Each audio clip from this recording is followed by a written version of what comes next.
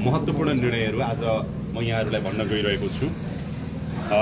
एक, नेपाल सरकार कार्यविभाजन तेस्रो संशोधन नियमावली 2082 स्वीकृत गर्ने निर्णय भएको छ, जसमा प्रधानमन्त्री कार्यालय मातहत रहेका राजस्व अनुसन्धान विभाग र सम्पत्ति शुद्धिकरण अनुसन्धान विभागलाई अर्थ मन्त्रालयको कार्यक्षेत्रमा र राष्ट्रिय अनुसन्धान विभागलाई गृह मन्त्रालयको कार्यक्षेत्रमा सारिएको छ। त्यस्तै अर्को निर्णय रहेको छ 2082 भदौ 23 र 24 को प्रदर्शनका क्रममा मृत्यु भई पहिचान खुलेका मृतक नेपाली नागरिकका परिवारलाई यसमा चाहिँ भाग्ने क्रममा मृत्यु भएका कैदीबन्दी र बालबन्दी बाहेक प्रति परिवार 10 लाखका दरले आर्थिक सहायता र काजक्रिया खर्च, खाना खर्च र यातायात खर्च बापत 5 लाखका दरले आर्थिक सहायता उपलब्ध गराउने निर्णय भएको छ। त्यस्तै गरेर अर्को तेस्रो निर्णय छ सुरक्षण मुद्रण सम्बन्धी नियमावली 2082 स्वीकृत गर्ने निर्णय भएको छ। यसमा खास गरेर सुरक्षण मुद्रण सम्बन्धी ऐन 2081 प्रभावकारी रूपमा कार्यान्वयनका लागि ऐनले दिएको अधिकार अन्तर्गत सुरक्षण मुद्रण नियमावली 2082 स्वीकृत गरिएको हो।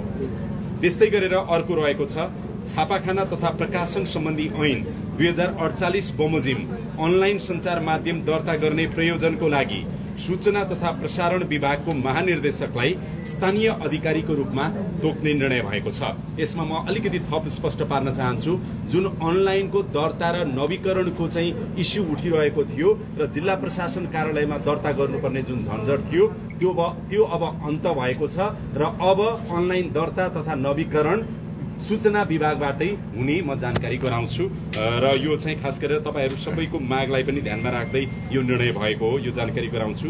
र अन्तिममा नेपाल सरकारको प्रवक्तामा सञ्चार तथा सूचना प्रविधि मन्त्रीलाई तोक्ने निर्णय भएको छ र अन्य बाँकी निर्णयहरू थुप्रै निर्णयहरू छन्। त्यो निर्णय चाहिँ भोलि दिउँसो 3 बजे सञ्चार मन्त्रालयको नियमित प्रेस ब्रिफिङमा यहाँहरूलाई उपलब्ध गराइनेछ। धेरै धेरै धन्यवाद। व्यापक चर्चा थियो पूर्व प्रधानमन्त्री र गृहमन्त्रीको चाहिँ पासपोर्ट रोका भन्नेको विषय के हो?